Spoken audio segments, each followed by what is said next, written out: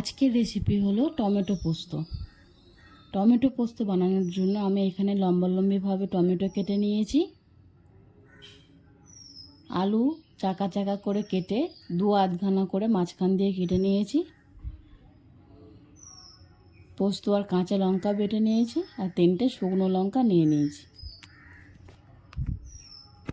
কড়া গরম হয়ে গেছে, কড়াইতে দিয়ে দেবো সাদা তেল।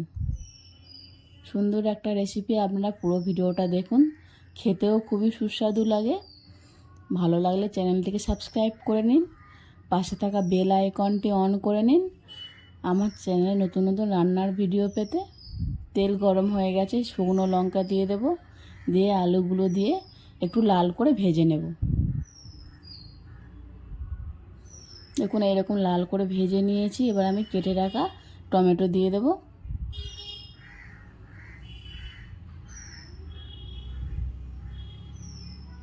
স্বাদ মতো নুন, চিনি একটু দিয়ে একটু জল দিয়ে দেব, বেশি জল দেব না।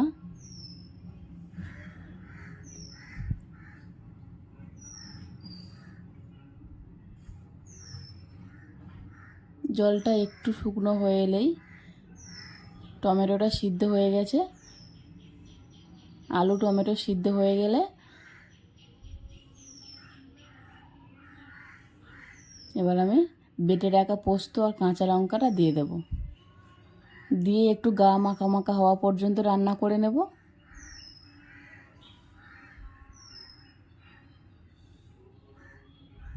দেখুন ঝোলটা পুরোটাই গা মাখা হয়ে গেছে।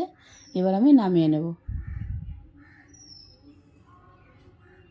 তৈরি হয়ে গেছে টমেটো পোস্ত। আপনারা বাড়িতে এইভাবে ট্রাই করুন, খুবই সহজ একটা রেসিপি, তাড়াতাড়ি রান্নাও হয়ে যায়। কেমন লাগলো কমেন্টে জানান, ভালো লাগলে লাইক কমেন্ট শেয়ার করুন।